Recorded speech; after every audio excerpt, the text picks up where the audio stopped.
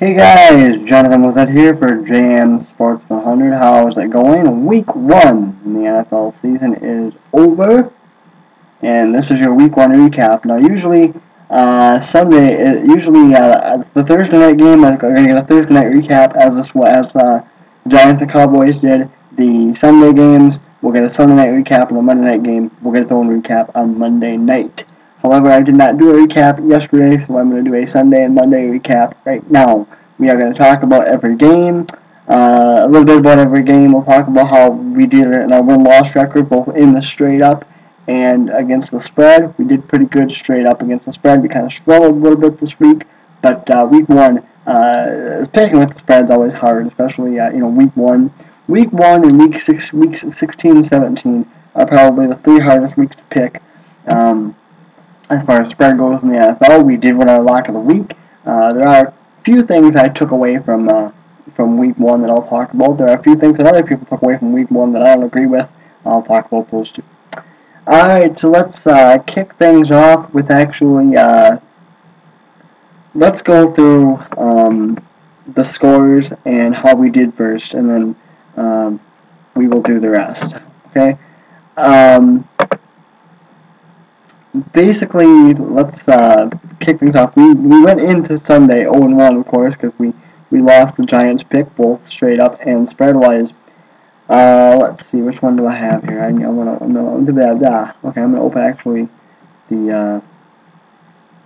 Alright, so let's kick things off with the Bears and the Colts.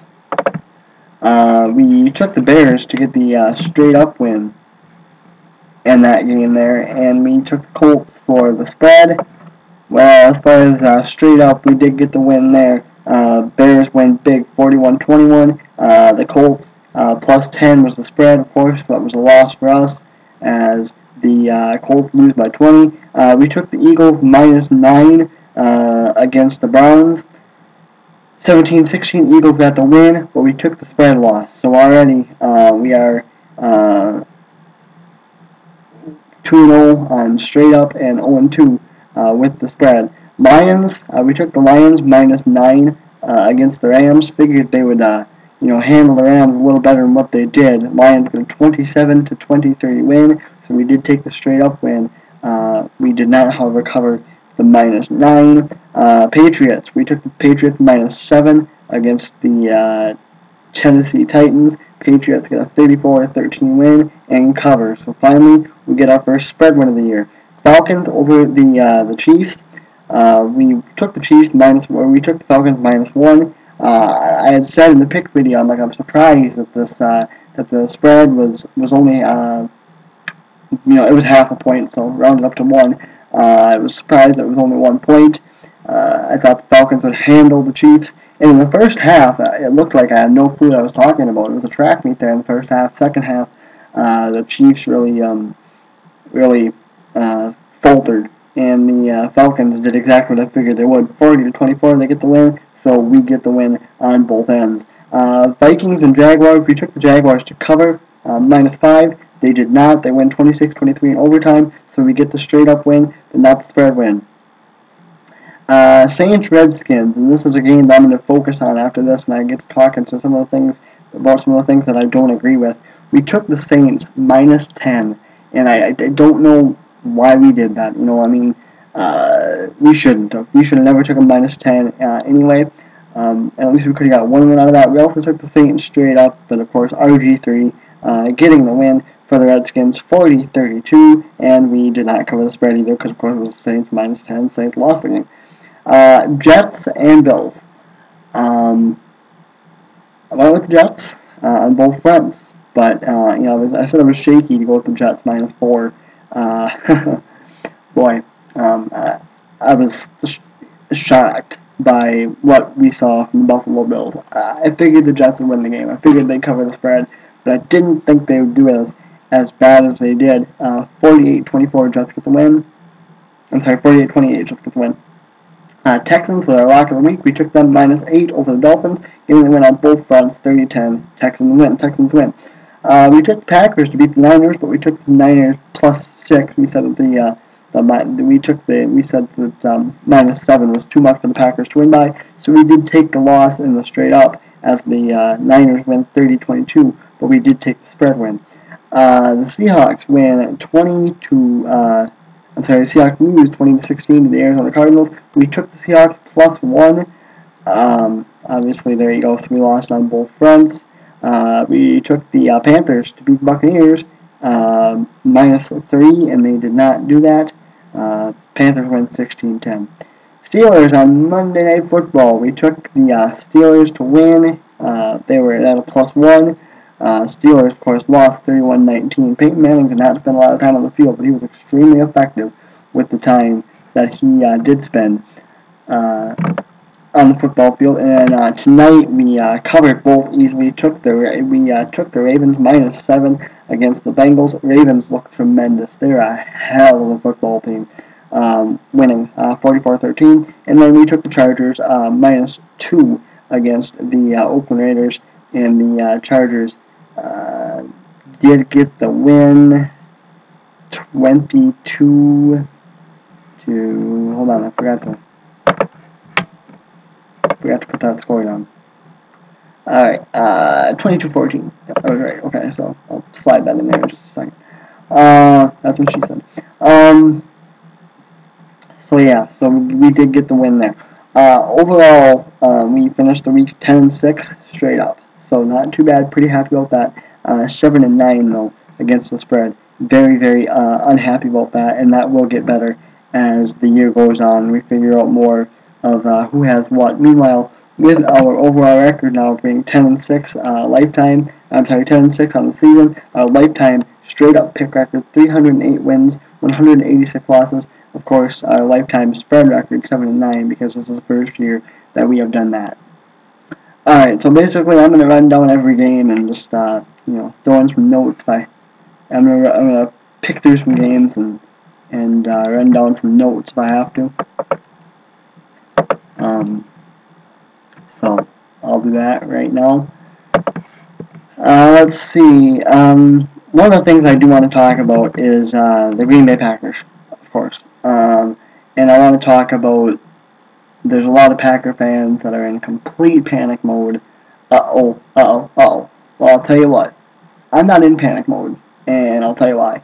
The Packers are still going to get their fair share of wins. I think they're still going to win a lot of football games this year. I think they're still going to make the playoffs, but I can tell you this. They are not going to beat that San Francisco 49er defense. And I don't know a whole lot of teams that are going to beat that San Francisco 49er defense. Maybe the Giants. Maybe. That 49ers defense is amazing. If it wouldn't have been for Aaron Rodgers yesterday, the Packers would have got completely thrashed in that game. So I'm not worried about Packers yet. I mean, their defense needs help, but their defense needs help every year. San Francisco's defense is stellar. That defense, it is going to be interesting to see the kind of numbers they put up this season. Mark Sanchez, I was impressed with the way he played against the Bills. Even though it was the Bills' defense, I'm still impressed. He showed, from what I heard, normally I'm going to get to see a little bit of every game, but yesterday I didn't get the opportunity, or this week I didn't get the opportunity to. From what I heard, the highlights that I saw, Mark Sanchez looked extremely poised and extremely calm in the pocket, and you don't see that from him very often. So it was good to see. That was a big win for the Jets. And I want to talk about a few more things before I get to my biggest complaint, and then I will talk a little bit about how I thought the replacement officials did, and then we'll wrap it up and get out of here. Anyway, the Baltimore Ravens, man, are they good. I mean, I did say that I had a feeling that the Bengals would step back a little bit, but man, the Ravens have such good receivers, and their defense is good. Joe Flacco is good. The Ravens are going to make a bid to get back to the AFC Championship game this year. That I think is almost a given. Man, they are just a good team, but they have a really tough schedule, so they're going to be fun to watch all year. They play a lot of They play a lot of high-level elite quarterbacks this year, so of course it's going to be fun, including later on in the year playing the Steelers 2 times in 3 weeks. They play their first 4 games in 18 days this year for the Ravens, so little rest here to start out the season for the Ravens. Pittsburgh and Denver. I heard a lot of people be like, wow, Peyton Manning still got it. Denver's good. Yeah, Denver is good. But is anyone really surprised that Peyton Manning still has it? I will admit I didn't think he was going to play as well as he did.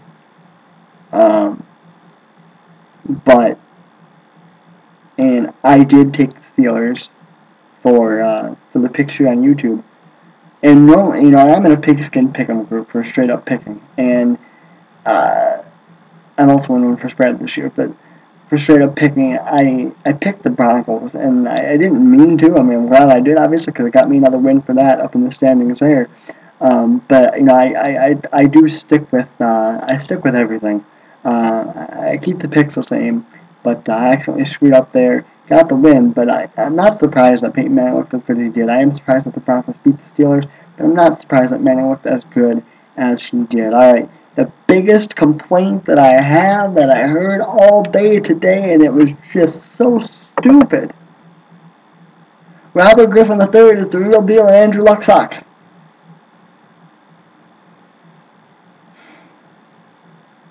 Settle down there, Sparky. Let me explain this to you. Alright.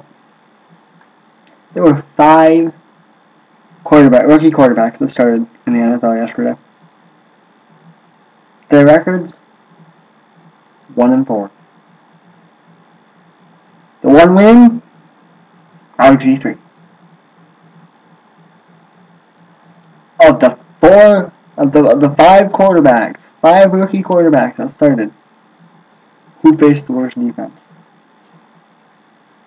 from last year? Or the worst ranked defense from last year and still not very good this year? RG3.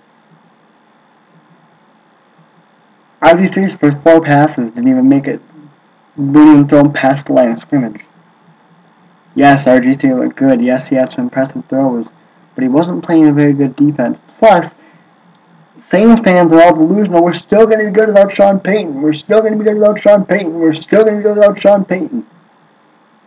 Settle down, Saints fans. Now, I was surprised that the Saints lost the Redskins. Yes, it was a surprise. But settle down, Saints fans. You're not going to have as good of a year as you think you are. I'm sorry, but it's just true. It's not going to happen. Andrew Luck.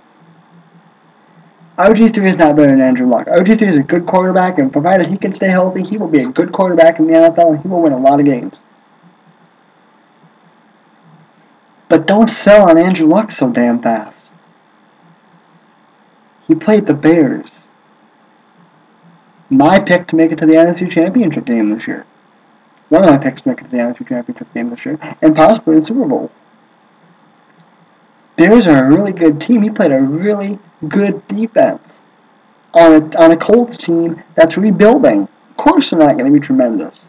Was I surprised that they got blown out by 20 points? Yeah, I was. Was I surprised that the Bears won? No. Was I surprised that Luck struggled a little bit? No. I wasn't. At all. Ryan Tannehill, rookie for the Dolphins, against an excellent Houston defense. Okay? Brandon Weeden for the Browns against a good Philadelphia defense, and they almost won that game. Vic threw several picks too. So you cannot tell me that RG3 is going to be the real deal. And Russell Wilson too is the other one. Russell Wilson against a scrappy Arizona team. By the way, the Seahawks are a mess. Pete Carroll done at the end of the year, if not before. That's my prediction. 13 penalties in the opening game of the season. It's too much. Pete Carroll called the timeout that he didn't even have which the officials let them get away with, and we'll talk about that in just a sec. It was just Russell Wilson didn't play great against a scrappy Arizona team. That was a divisional game. Okay, divisional games are always hard. So you sit there, RG3 is the best. No, RG3 is not the best. He's probably the second best. RG3 is not better than Andrew Luck. I'm sorry. You'll see that as time goes on. As time goes on this season, you will see that Andrew Luck is not better than Robert Griffin III. Okay. One more thing I want to get to. That's the replacement refs. Overall, they did a pretty good job. They missed a call on Thursday. They missed a call on Wednesday on the Cowboys-Giants game. The Packers got away with a call, with a clipping call that, they got away with a clipping call yesterday that made the game closer than what it really should have been. I'll openly admit it. Packers got away with one. And Pete Carroll called a timeout that he didn't actually have, and the referees got the rule wrong, and he was not penalized. All in all, though, I think the replacement officials, for the pressure that they're under for it being week 1 of the regular season and the games actually mattering, they did a pretty good job. Most of the challenges were not overturned, which right there tells you that the officials were making good calls. And you got to realize that you can sit there and rip the replacement officials for missing calls and missing blatant calls. Even the real officials miss blatant calls.